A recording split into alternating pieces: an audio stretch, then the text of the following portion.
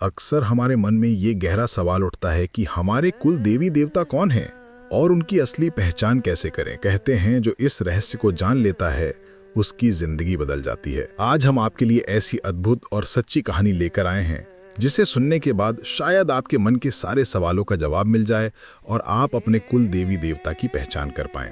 तो चलिए इस रहस्यमयी धार्मिक कहानी की शुरुआत करते हैं। एक बार की बात है, कैलाश पर्वत पर जहां शांति और सुंदरता का वास था, भगवान शिव अपनी प्रिय पत्नी माता पार्वती के साथ बैठे थे। चारों ओर बर्फ से ढकी चोटियां थीं, मंद मंद हवा चल रही थी और वातावरण में एक दिव्य सुगंध फैली हुई थी। माता पार्वती हमेशा ज्ञान की प्यासी एक गहरे विचार में डूबी हुई थी। उन्होंने भगवान शिव की ओर देखा और अत्यंत विनम्रता से पूछा, हे प्रभु, आप तो त्रिकालदर्शी है, संपूर्ण सृष्टि का ज्ञान आप में समाहित है। मेरी एक जिज्ञासा है जिसे शांत करने की कृपा करें। भगवान शिव ने मुस्कुराते हुए अपनी आंखें खोली। उनकी शांत मुद्रा और सौम्य दृष्टि से पार्वती जी को और अधिक साहस मिला।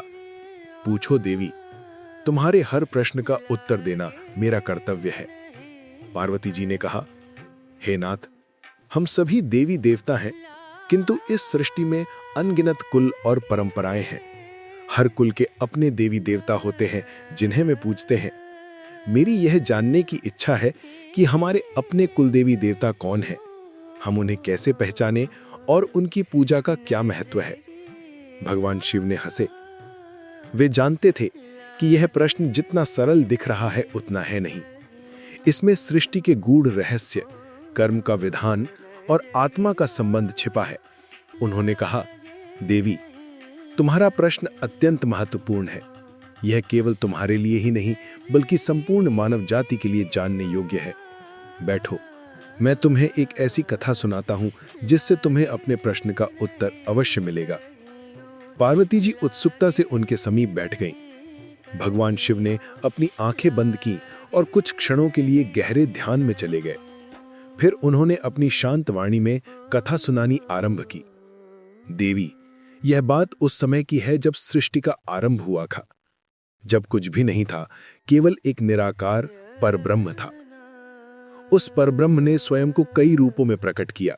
सबसे पहले नाद हुआ, फिर आकाश, वायु, अग्नि, जल और पृथ्वी।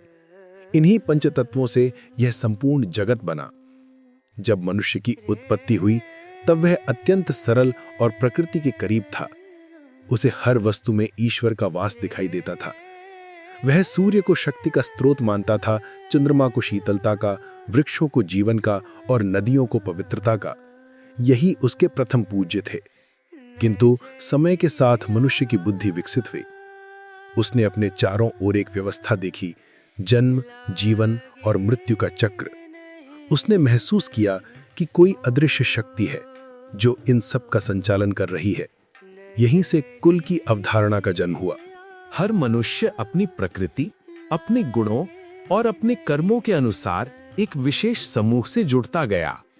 ये समूह ही कुल कहलाया और हर कुल ने अपनी विशेष ऊर्जा, अपनी विशेष आवश्यकता और अपने विशेष संस्कारों के अनुसार एक या एक से अधिक देवी देवताओं को अपना कुल देवी देवता माना। पार्वती जी ध्यान से सुन रही थी। उन्होंने पूछा, तो क्या ये कुल देवी देवता केवल हमारी आस्था का प्रतीक है या उनका कोई वास्तविक अस्तित्व भी है? भगवान शिव ने कहा, देवी, ये तुम्हारी आस्था से कहीं अधिक है। ये कुल देवी देवता वास्तव में उस परब्रह्म की ही विभिन्न शक्तियां हैं जो एक विशेष कुल के लोगों के साथ गहराई से जुड़ी होती हैं। वे उस कुल के संरक्षक होते हैं, उनके मार्गदर्शक होते हैं और उनके संस्कारों को पोषित करते हैं। समझो कि जैसे एक विशाल वृक्ष की अनेक शाखाएं होती हैं और हर शाखा पर अलग अलग फल लगते हैं। वृक्ष एक है किंतु फल भिन्न। उसी प्रकार परब्रह्म एक है किंतु उसकी शक्तियां अनेक हैं और हर कुल अपनी प्रकृति के अनुसार एक विशेष शक्ति से जुड़ता है। अब तुम्हारा दूसरा प्रश्न कि इन्हें पहचाने कैसे, ये थोड़ा जटिल है किंतु असंभव नहीं। कुल देवी देवता की पहचान कई प्रकार से होती है। सबसे पहला और महत्वपूर्ण तरीका है परंपरा। जो कुल कई पीढ़ियों से चला आ रहा है, उसमें कुल देवी देवता की पूजा की परंपरा भी पीढ़ी दर पीढ़ी चली आती है। घर के बड़े बुजुर्ग पूर्वज इन देवी देवताओं के बारे में बताते हैं, उनकी पूजा की विधि सिखाते हैं। यही सबसे प्रत्यक्ष पहचान है। किंतु कई बार ऐसा होता है कि समय के साथ ये परंपरा टूट जाती है। लोग अपने मूल स्थान से दूर चले जाते हैं या किन्हीं कारणों से वे अपनी परंपराओं को भूल जाते हैं। ऐसे में कुल देवी देवता को पहचानना कठिन हो जाता है। तब दूसरा तरीका आता है अंतर्ज्ञान और लक्षण। हर कुल देवी देवता की अपनी एक विशेष ऊर्जा होती है। जो लोग संवेदनशील होते हैं या जो अपने पूर्वजों से गहराई से जुड़े होते हैं, उन्हें कभी-कभी अपने कुल देवी देवता की उपस्थिति का आभास होता है। ये एक प्रकार की शांति, एक शक्ति या एक प्रेरणा के रूप में हो सकता है। इसके कुछ लक्षण भी होते हैं, जैसे यदि किसी विशेष देवी या देवता के मंदिर में तुम्हें विशेष शांति या अपनापन महसूस हो, या किसी विशेष नाम को सुनकर तुम्हारे मन में श्रद्धा का भाव उमड़ पड़े, तो ये एक संकेत हो सकता है। पार्वती जी ने पूछा, और यदि कोई भी तरीका काम न करे तो क्या करें? तुम्हें ये बोध होता है कि तुम अकेले नहीं हो, बल्कि तुम्हारे साथ तुम्हारे पूर्वजों का आशीर्वाद और तुम्हारे कुल की शक्ति है, भगवान शिव ने कहा। तब तीसरा तरीका आता है अध्ययन और खोजी प्रवृत्ति। अपने कुल के इतिहास का अध्ययन करो। तुम्हारे पूर्वज कहाँ से आए थे? वे किस क्षेत्र में रहते थे? उस क्षेत्र में किन देवी देवताओं की प्रधानता थी? कई बार कुल देवी देवता क्षेत्रीय देवी देवता भी होते हैं, जिनकी पूजा उस क्षेत्र के सभी लोग करते हैं। इसके अलावा कई बार स्वप्न में या ध्यान की अवस्था में भी कुल देवी देवता स्वयं प्रकट होकर मार्गदर्शन करते हैं। किंतु इसके लिए मन का शुद्ध होना और श्रद्धा का होना अत्यंत आवश्यक है। एक और महत्वपूर्ण बात है देवी। कई बार एक ही कुल के अलग अलग शाखाओं के कुल देवी देवता भिन्न हो सकते हैं। ये इसलिए होता है क्योंकि समय के साथ परिवारों में विभाजन होते हैं और नए स्थान पर जाकर वे अपनी नई परंपराएं विकसित करते हैं। अब आता है तुम्हारा तीसरा प्रश्न, उनकी पूजा का क्या महत्व है?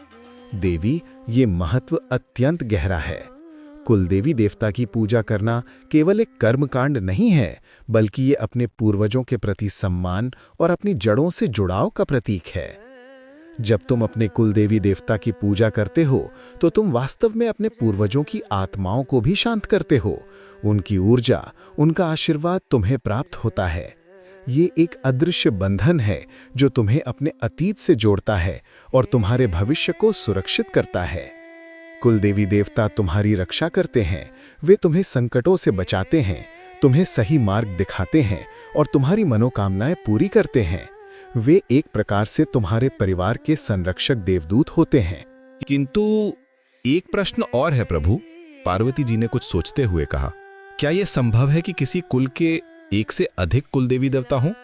भगवान शिव ने कुछ देर के लिए अपनी बात रोकी। चारों ओर एक गहरी शांति छा गई थी। पार्वती जी की आंखों में श्रद्धा और ज्ञान का प्रकाश था। फिर भगवान शिव ने आगे कहा, देवी, ये बात भी ध्यान में रखना कि यदि तुम्हें अपने कुल देवी देवता का ज्ञान ना हो तो भी विचलित होने की आवश्यकता नहीं है। इस ब्रह्मांड में ईश्वर का हर रूप तुम्हारी श्रद्धा का पात्र है। तुम जिस भी देवी देवता की सच्चे मन से पूजा करते हो, वे तुम्हें अपना आशीर्वाद अवश्य प्रदान करते हैं। किंतु कुल देवी देवता की पूजा एक विशेष महत्व रखती है, क्योंकि वे तुम्हारे साथ एक विशेष संबंध रखते हैं। वे तुम्हारे रक्त, तुम्हारे संस्कारों और तुम्हारी परंपराओं से जुड़े होते हैं। और यदि तुम्हें अपने कुल देवी देवता की पहचान करनी है, तो अपनी अंतरात्मा की सुनो, अपने पूर्वजों की कहानियों पर ध्यान दो। कई बार घर के पुराने सदस्य जो अब नहीं रहे, वे भी तुम्हें स्वप्न में या किसी माध्यम से संकेत देते हैं। एक कथा और है देवी, जो तुम्हें इस विषय को और गहराई से समझने में मदद करेगी। बहुत समय पहले की बात है। एक ऋषि थे जिनका नाम भृगु था। वे तपस्या में लीन रहते थे और ज्ञान की खोज में थे।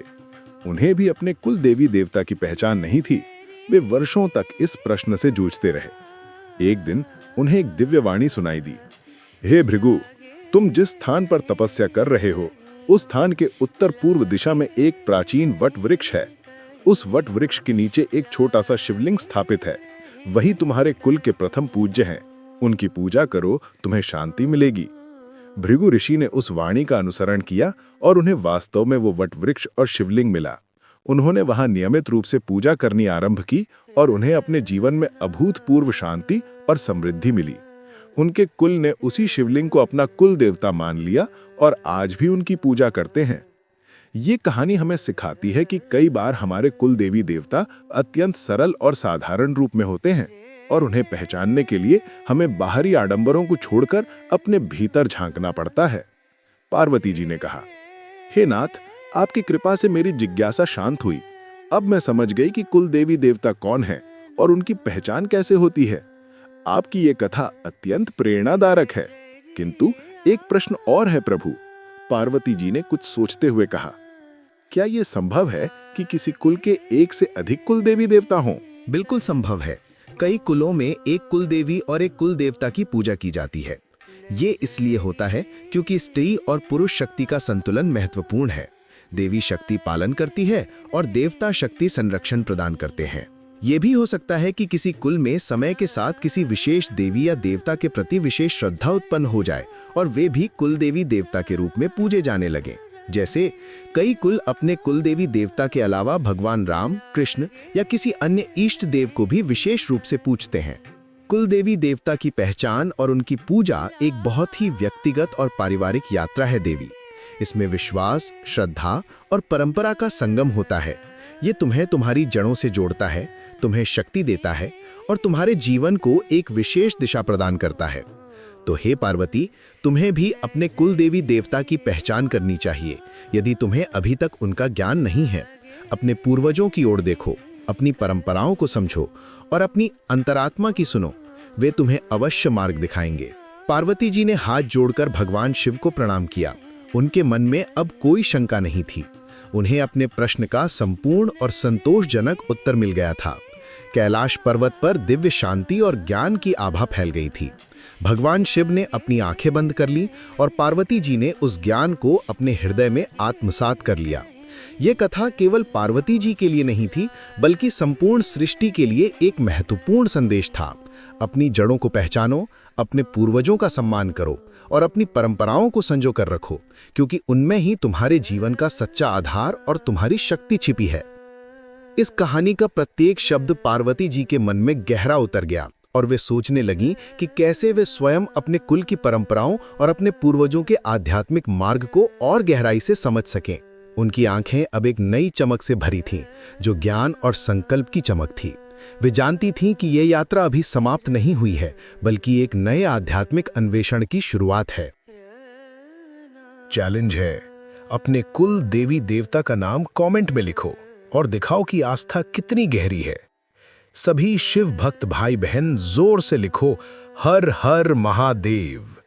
देखते हैं कमेंट सेक्शन सबसे पहले किसके जयकारों से गूंजता है।